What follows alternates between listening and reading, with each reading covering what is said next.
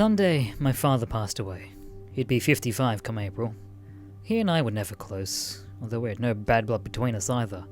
We just had nothing in common, and I never cared, perhaps assuming we'd always have time to form a relationship later on.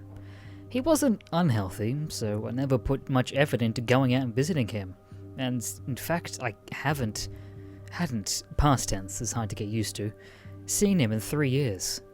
Possibly I'm feeling guilty for never showing interest in my father. Perhaps I just miss him and want to talk about him. But tonight I want to tell you a story about my father, and maybe get some information on a thing he called the white man. Just to let you know, we're not Native American and the white man didn't steal his land. My father was a very typical suburban dad, and frankly, very boring. He had a typical dad interest, like fishing and hunting and bowling. He wore Crocs and turtlenecks and drove a hatchback with a custom license plate. Despite his very upper middle class, white dad exterior though, he was a hick. A major hick. You see, my dad grew up in Upper Pennsylvania of Michigan in the 60s in a family that was dirt poor and very religious. I never met most of my extended family on his side, aside from his brother, Philly, who becomes pretty important in this story. But from what I heard about them, I gathered they were deliverance on ice. They lived in what had once been a cabin in the woods. They raised pigs and chickens and sold lumber for most of their income. His father beat my father and his siblings during drunken bouts, which left my father with some major scars, mostly physical, but a few pretty obvious mental ones too. Sorry, writing this as I go to avoid timeouts. I'm also pretty tipsy. Roads closed, no work, been drinking with the body, so my writing is slower than usual. What's important to note is that my father wasn't bright. He wasn't creative, he wasn't a storyteller. He could remember things and repeat them to focus on his energy into things. But he wasn't bright. Brains are not how he got where he was. So it's with this in mind that I asked you to handle his stories. My father used to talk freely of the white man to my sister and I, more to her than myself, as they were much closer, but were always careful not to mention him in front of my mother and Philly. Philly would make fun of him relentlessly for his boogeyman, and my mother never knew any of it. I suppose he was afraid of her, thinking he was crazy. I grew up hearing about the white man, who seemed to be a combination of all your typical boogeymen. He was capable of changing shape, but not colour. In his regular form, he was vaguely humanoid, but featureless. However, he could change into actual people or animals. He was old and not stupid, but still more animal than man. He chose people, followed them, and brought bad luck to them. And most importantly, he liked to make deals. The white man wasn't a grim reaper of sort. He was a predator who showed up when a person was about to die or was hurt, and it was such that my father first saw him. Now pardon if this isn't told that well. I admit, I have little flair for stories, and I've not heard any of these old tales in a long time, so a few details may be missing. One year, about January, my father and Philly went out into the woods to go hunting. The two were about 10 and 9 respectively, and Philly was apparently the leader. They wandered further from their home than usual, and it quickly got dark, which led to them getting disorientated and lost. What had initially begun as a simple afternoon hunt was now potentially life-threatening, for they did not have gear to easily survive the night. Things got worse though, when the ground beneath my uncle gave way, revealing that in the dark they had wandered into a pond which had frozen over and had been covered by snow, but they couldn't handle the weight of the two boys. My father, being, as I said, a bit stupid, took a moment to react to the situation before he began trying to help his brother out. After a short struggle, during which time my father got soaked as well, they managed to get Philly out of the water, although they were both now exhausted and wet, and truly had no idea where they were, for there wasn't a pond anywhere near the house. The two eventually managed to get off the pond and into the woods in an effort to find shelter or their home. Eventually, they found a crevice beneath a tree and ducked into it for shelter, although it wasn't big enough for both of them to fit at once. Being the drier of the two, my father volunteered to make the first shift out in the cold, while his brother tried to dry off in the crevice. Now, here the story splits. The more reasonable one is Philly's version. He dozed off. My father woke him up a little while later. Told him they should keep moving. They did. Kept wondering until they saw lights. Those lights were flashlights. The neighbours were out looking for them. They met up with the neighbours, went home.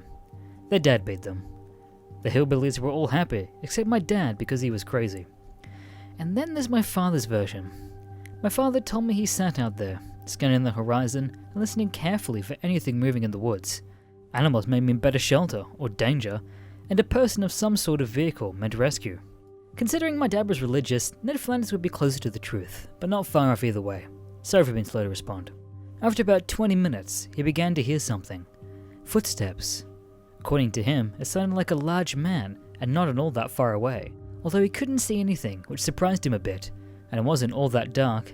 And even back then, most people wandering the woods tried to wear at least one bright item on them to avoid getting shot.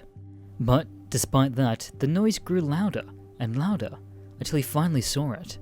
A figure as white as snow walking through the trees towards him. It was clear to him that it wasn't human, and he described it as being about 9 feet tall and shaped like Gumby. It had 2 arms, 2 legs and 2 eyes, but no features. Everything was rounded. Scared to move, my father sat as still as he could, although he was clear the thing had already seen him. Slowly it moved towards him, and began to speak. When it spoke, it didn't speak like with a mouth.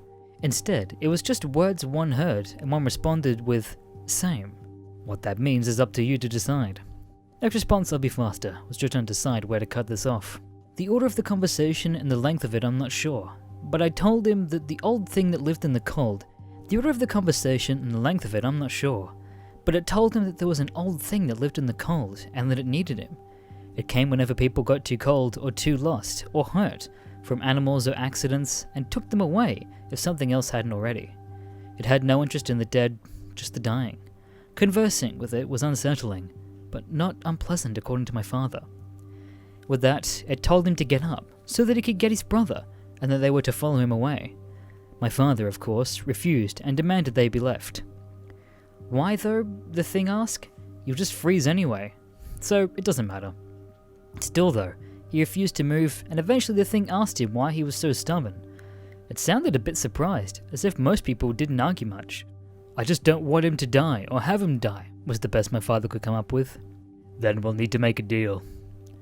My father told me the thing, which never, or over any of their visits, told him its name. If it had one, talked like a car dealer or game show host, tried to convince him that what he really wanted, what he really needed. Wouldn't it be easier to go with him? Wouldn't it be simpler? But still, my father refused. Eventually they settled. They would get out, but the labs would be on loan. It would be owed interest, and one day it would come for them. I'm assuming I won't need to really do it again. I sort of figured no one would be interested, and to be honest, I was so worried waiting for the timers or losing interest. But if I do it again, I'll be sure to do that. Sorry for the delays. The thing, which he eventually began calling the white man, began to walk off, although it didn't say anything to him. My father said he understood that he was being let out now, and that he should follow it. He then woke up Philly, and the two headed off. Of course, you'd think he'd be more suspicious of a giant snow monster that already tried to kidnap him, but my father wasn't bright, or likely a great storyteller either. Before Philly was even awake though, the monster had disappeared, the giant footsteps vanishing. At first my father thought he'd been cheated, or simply abandoned, before realizing there was a trail of rabbit prints, which he began following instead, some understanding that if somehow those belonged to the monster. Occasionally he'd catch a glimpse of an all-white rabbit, and it was then he understood the thing could change shape. After a while, he saw the lights of their neighbors in the distance and headed towards them. Of course, as a kid, the story was a lot scarier, and I'm sure I'm missing a few details. Even then though, I understood the plot holes and how far-fetched it was. My mother used to tell stories of how her childhood home had been haunted, all while telling us ghosts didn't exist, so I assumed this was similar. A tall tale. Now before I keep going, I want to say a couple things. First off, I don't really believe my father's stories, although I think he believed them for some reason or another. I just thought you guys would get a kick out of them, and that maybe there's some Yupa legend Google didn't pull up that he adapted from this. I also wanted to say that my uncle, again, thought this was a load of shit. When he would tell the story, it was just a story of how he got lost, almost died, and eventually got home to an ass whooping. The few things my father added, and that he did agree on though, were the rabbit footprints, and possibly some bigger ones, although these looked like indents in the snow to him rather than actual prints. And my father did end up following a rabbit, which could have been white or blue for all he remembers, out at one point, which he thought was stupid, even then. My uncle didn't hear anything of the white man, not until my father saw him again within a year after they got lost. My father's excuse for not sharing the story with him was either he'd think I was crazy, or think he was going to die, and only the shock of the next incident scared the story out of him. Glad you guys are liking it, and thanks. Even though we weren't close, it's still kind of hard, I guess. At least, there's always memories and stories. A year passed, and my father began to think he had maybe gone crazy that night, and he had fallen, and dreamt it, and woken up without realizing it. That is, until one night. Again winter, again with snow on the ground. He was out tending to the hogs alone with his dog. As a boy, my father had only two close friends, Philly and his dog, the Basset Beagle mix named Shorty. This was a fact he repeated time again and again during many stories of his childhood, which always made me wonder how his sisters felt. Were they not close? Guess not, since I never met them. Anyway, they're in a pig barn, which was far enough away from their house that in the summer, implying there is one, the smell of shit and pigs didn't waft indoors. The barn was capable of being opened on both sides, and in the warmer months in the back would be left open so the hogs could enjoy the outdoors, while the colder months it'd be closed up tight.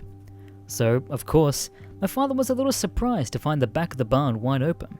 This had happened once or twice before over the years, and usually meant he had to run back home to get his father and Philly so they could hunt down all the pigs, who even in the cold weather would head out in an effort to find food or to get something. But tonight, that wasn't an issue, for all the hogs were huddled as far from the door as possible and very reluctant to go out, even on a clear night. Not edgy enough, presuming something of the sort. Assuming the pigs had gotten a bit of a sense that they didn't want to deal with the weather, he headed through the pen to close up the door, with Shorty following him the whole way. He gets there and Shorty takes one sniff before darting out the door, howling and barking the whole way, obviously chasing after something. Shorty, my father would say, was a bit of a tattletale. If something was misbehaving, he'd try and stop it. When sneaking out or getting up past bedtime, you had to make sure the dog didn't see you do it. This applied to other animals too. If a pig or chicken didn't do what it was supposed to do, the dog would get into it. So, with that in mind, my father didn't think perhaps the dog was up to something, but it instead was scolding a hog that had wandered off alone into the pen. As quickly as possible, after all, pigs all look alike, move a good bit, and my father wasn't brilliant, my father counted up the pigs and noticed that one adult boar was missing. So he headed out after Shorty to find the lost pig. In the still and the snow, it was easy to find Shorty. All he had to do was follow the dog's footprints. But it was then he realized something was wrong.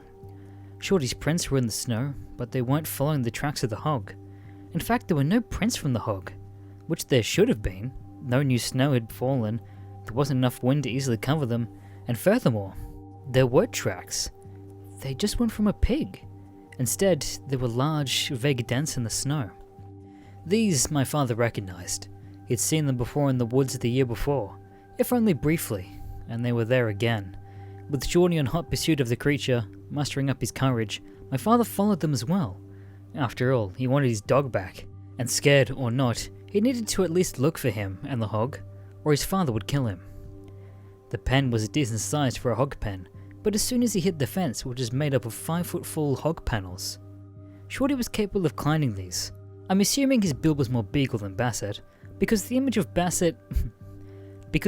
a Basset hound climbing a fence is hilarious to me, and you could see that the dog had already gone over the fence and into the woods. Of course, the fence hadn't stopped the white man either. His tracks simply went right over the fence, as if he hadn't even broken a stride to get over it.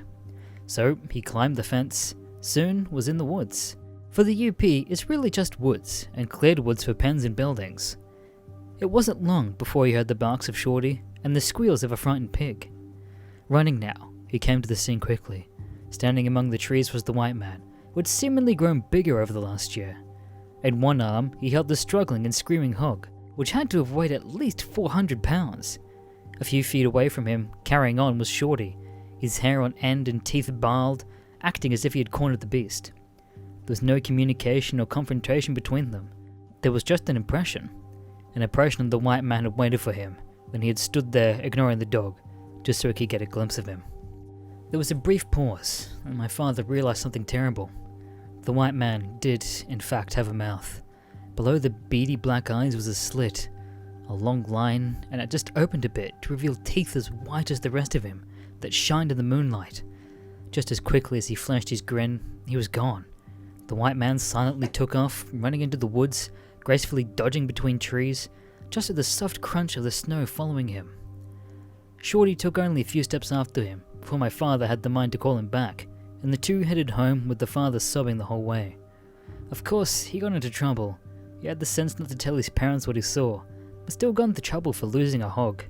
He only ended up telling Philly because he couldn't stop crying, and even though he couldn't stop, Philly didn't apparently believe him much, but he didn't say anything to argue against it. Philly eventually began to run off everything, as my father being schizophrenic, and that the white man being a manifestation of it. I know nothing of mental disease, so I don't know how the diagnosis would ever hold up. Anyway, years went by before my father saw the white man again, although he claims to have known he was there during that time.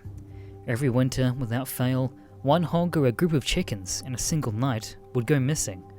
Only once was there an exception. One year, a local boy went missing in the woods and never turned up. That year, no hog went missing from the farm. It was the livestock, as well as the sharp teeth, that led my father to the conclusion that the white man had to eat, and that he wasn't a vegetarian. The white man, though, never once told him that he killed these victims, nor that he ate them. Considering what he took, though, my father thought it was easy enough to figure out. When he was 16, he saw the white man again, the exact age I remember, for when it was my father began driving. It was late at night, and my father was driving home. He began to work at the nearest gas station, sometimes not coming home until late. It's worth noting that my father had his own set of skills and talents, such as being a hard worker or excellent cook, but driving, especially in the winter, was not on the list. Driving scared my father. He was terrified of slipping or crashing, and drove very slowly and very cautiously. Never one to yell at us, he'd snap if we talked too loudly in the car or turned the radio up too high, because it began to make him nervous. With that in mind, what I'm about to tell you shouldn't surprise you. He crashed. Granted, he crashed trying to stop and help someone else who had crashed, but he still crashed. Another car slid into the ditch along the rarely travelled road towards his house, and in the process of trying to stop and help, he too had an accident. One that was very much more violent than the one he was trying to help. Somehow or another, he ended up hitting a tree so hard to seriously damage his car or injure his leg. The other driver of the other car came out to help him, and after realizing he couldn't walk back to town, decided to walk back to his own to get his help for the both of them. My father thanked him, the man went on his way. Now granted, it was hillbilly hell, winter, and in the middle of nowhere, but it would, by my father's calculations, take less than an hour for the man to get back to the gas station to find help, and less than an hour for them to get back to him. Because then they'd be driving, right? So in 2 hours, he'd be in the heated cab of the tow truck, either on his way to his house or to a doctor's office. It was about midnight at that point, and my father had the wristwatch, which he'd check occasionally as he shivered in the dark. 1 a.m. comes around. 2 a.m. comes around. 3, 4, he dozes off, and wakes up shivering to the sound of footsteps, big and heavy like a man's. Never played RE2, sorry ma'am. For whatever reason, he assumes the guy couldn't find help, or that the help couldn't get down the road, and he's coming back to help him. Or maybe the guy just up and left, and some other travelers come to see if he's alive. He pulls himself up to look out the rearview mirror. That's when the pit dropped out from the bottom of his stomach. For, you see, there wasn't a man in the snow. Even though he should have been able to see someone, if he could hear them, there isn't anyone there. The footsteps are, but there isn't a person. According to him, he felt like he was in a nightmare, and began frantically looking behind him, trying to see someone, hoping he was just overreacting. But he saw a long white form step in front of the brown and black of the trees, and realized it was the white man again, slowly stepping towards the car. His movement's slow and graceful, but he seems a little worried. My father's never seen him in the open before, but here he is, moving cautiously, like a cat, when it's worried about being seen at night. Eventually, the thing gets up to his car and stops. Again, there's no angry words, no begging in fact. Although my father was scared shitless, he again just clammed up and held still as they began talking. This time, the conversation was short. One sentence, not said inside my father's mind.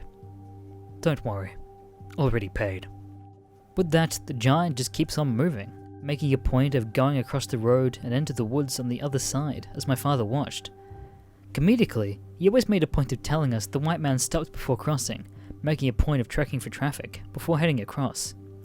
Once the beast was out of sight, my father began sobbing, and kept sobbing until the mailman, even in the UP, you gotta get mail, found him 4 hours later. My father recovered, although ended up having to spend a small fortune getting his car repaired. The other driver? A bit less lucky. He simply never showed up again. He left to find help, but never made it back into town. An investigation was opened, but leads all sputtered out. Mind you, this last story probably is the last one that I remember clearly. Some of the others might be a bit fuzzy, because it's been about 10 years since I really heard any of them. Ah, I see. My dad always compared him to Gumby. I think I mentioned that earlier. I didn't like looking at Gumby because of that. Somehow, my father knew that the white man was attached to the winter. This wasn't a surprise to anyone at all, seeing as there was the white monster in the UP that only showed up when the snow fell. The issue, of course, is that it was often winter in the UP. A few more years went by with not really any noteworthy accidents. The white man would take something every winter, but didn't get Shorty or my grandmother or anything. By now, my father was 18 or 19 and getting ready to leave. His family was poor, and even if they hadn't been, my grandfather did not believe in college. With his sons now men, he gave them an option. Become farmers, clergymen, lumberjacks, labourers, or get out and don't come back. It was all because of Philly that they didn't do that, although I'm sure my father wanted to get away from the winter. Philly decided they'd both join the military and get out of there. Vietnam had recently ended, and he would joke that he'd get sent somewhere warm and that he'd never seen snow. I guess I could lie and for comedy effect say that they were both sent to Alaska or Russia, but the truth is a bit more boring. They were accepted and went through basic training, but neither ever saw combat. Philly was removed from service for a birth defect, and eventually my father stayed in, but never really did anything up until his contract ran out. Merely working on bases those few years, he asked to be transferred somewhere warm, and being liked by his higher-ups, found himself in Texas. That's nice, dear. You can't hide the thread, you know. Also, I'm not a teenager. With it getting late, I'm admittedly going to wrap things up a bit faster than I planned. My father had tons of stories about the weird things he'd find in the woods before he left the UP, and other incidents he'd tied vaguely to the white man. But it was some time before he saw them again. After all, if he was tied to the winter, it'd be a while before there'd be a reunion in Texas. But towards the end of my father's military contract, a storm hit the area he was stationed in, and it brought in with snow. Being one of the few bases that had knowledge of how to handle the mess, he saw himself outside a lot during the storm, and it didn't take long until he realized the white man could travel. The storm lasted 2 days. On the second day, he woke up early to de-ice the paths and the roads. In a desolate part of the base, he was surprised to see another soldier in the distance, and grew a bit concerned when he realized the man wasn't moving. Quickly, he approached him, only to realize something. Again, there were no footprints leading out to this man, who he now realized was devoid of color. A detailed white shape with 2 dark eyes. If he had been so surprised, he'd screamed. Instead, he claimed he probably looked as white as the white man, as the color left him. No interest. With that, the figure vanished. My father was found some time later by a fellow soldier, staring into the distance across an open field. Exhaustion was his supposed excuse. 2 days later, he received a call from his older sister, informing him that his father had died. There wasn't too much detail to go into. His father had simply fallen over into a field and died while feeding hogs, and that was that. No mess, no fuss. My father understandably didn't care much. If the white man did it, it wasn't much of a punishment, but he eventually came to decide that the white man was, if nothing else, a bad omen. Admittedly, it's now 4 AM for me. I'm heading to bed, but if this thread's still up tomorrow and there's any interest, I'll wrap it up with the last 2 to 3 stories I have that are of any of interest. I hope there are a few of you that got somewhat of a kick out of it, which leads me to asking a question. Anyone got an idea what this thing was? If he wasn't just blowing smoke out of his ass/crazy? Any legends over anything like this? Thank you for watching this video. Make sure to subscribe to Mr. Green and check out all of his social medias down below. My name Goda.